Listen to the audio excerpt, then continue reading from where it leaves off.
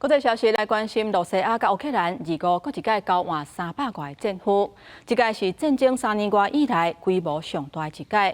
不过，交换战俘进程，罗西亚却是轰炸基辅，造成乌克兰这边至少12个人死亡。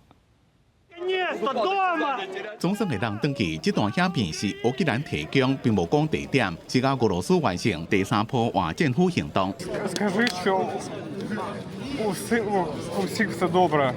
俄羅斯也換登記303人，國家進前2天分別換登記307甲390人。這邊連續3天的換戰俘行動，也是俄衝突以來上大規模，有1000位戰俘登記家己的國家。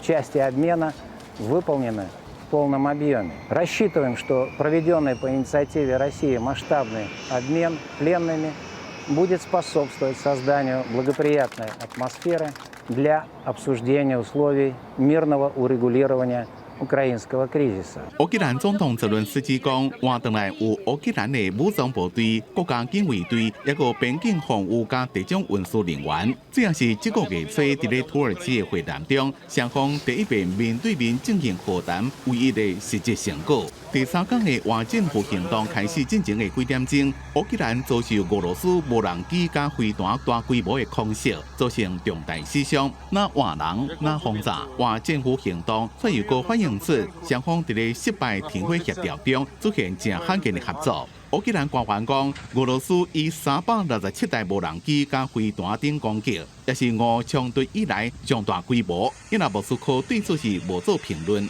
公司新聞黃文玲編輯。